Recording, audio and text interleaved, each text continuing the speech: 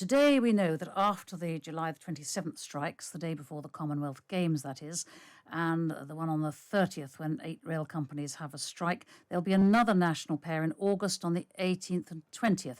Some 40,000 workers across Network Rail will be out, and the RMT General Secretary Mick Lynch has said that the industry and government need to understand that the dispute won't simply finish.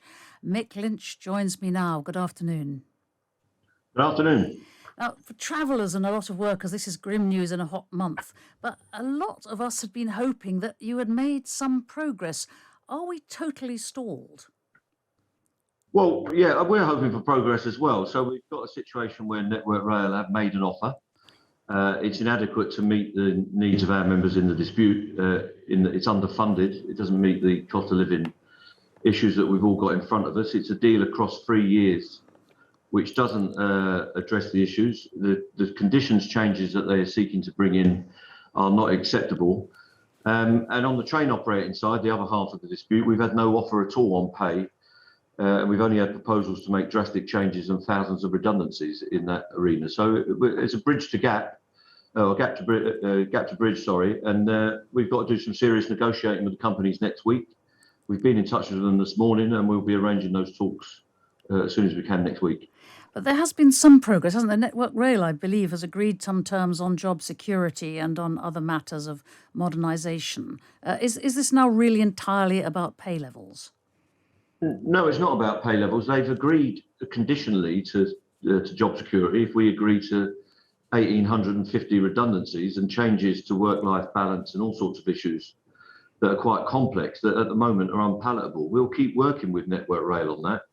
And then when we've sorted out those issues, which is about the way our members work and who will be working for them, we can move on to the pay issue. But at the moment, the productivity they would gain is undervalued in this deal. So they're getting far more out of it in terms of cost savings than our members would get through any pay deal. That's, of course, if they survive the jobs cull that they're trying to bring in. What everyone says at times like this is incredibly important, and I did see that Andrew Haynes of Network Rail said that the RMT has dropped any pretence that this is about reaching a deal. How do you respond to that? Well, I know Andrew. He could ring me up and tell me that, and I'd tell him he's wrong. This is about jobs, conditions, and redundancies and pay. And in the train operating side, it's also about pensions. Those are straightforward trade union issues. We haven't got a political agenda on this. We deal with the employers we're facing. But it has to be said that the government is the people that are bringing the politics into this. Grant Shapps is stopping a deal being done because he dictates what Network Rail can do. And in fact, in the contracts he has with the train operators, it's explicit that he has control of industrial relations. He has a veto on whatever they offer, and he decides what is said around the table, in effect. So what we're hearing is Grant Shapps' second or third hand.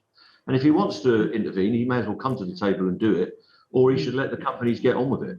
I heard you say it again this morning, that you believe the public is still more behind you than government thinks. I was wondering, though, it is different from strikes in the 70s, which people like me remember, because we have such an insecure gig economy and a lot of very, very small businesses and startups who have no security, and your employees have more security and the power to strike. Do you think the public really is going to stay still behind you to a reasonable degree, or do you think that there will be total hostility? Well, we certainly had very strong support in the first phase, the 3 days that we took. A lot of the public understand the issues that our members are facing because they're facing them themselves. So even the travelling public on the days when we've been back to work since that time have been very strongly supportive. We had people turning up on our picket lines and spontaneous demonstrations. I mean, we had 1,000 people out on the picket line outside King's Cross on the Saturday that turned up to offer their support. Because if you take people in the health service, people in the education services, and even people in the private sector, they're not getting a square deal off corporate Britain. They're having their wages screwed to the floor. Conditions have been wiped out in much of British industry. There's no holiday pay above the statutory minimum. People don't get sick pay. Maternity pay is only at the minimum. So people are fed up with that. They've had 12 years of this.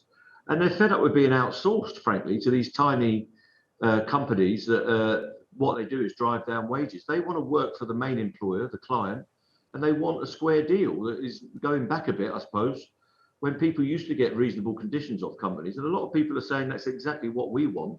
What we're holding out to save, if you like, on the railway is what's been stripped off a lot of people in the rest of the economy.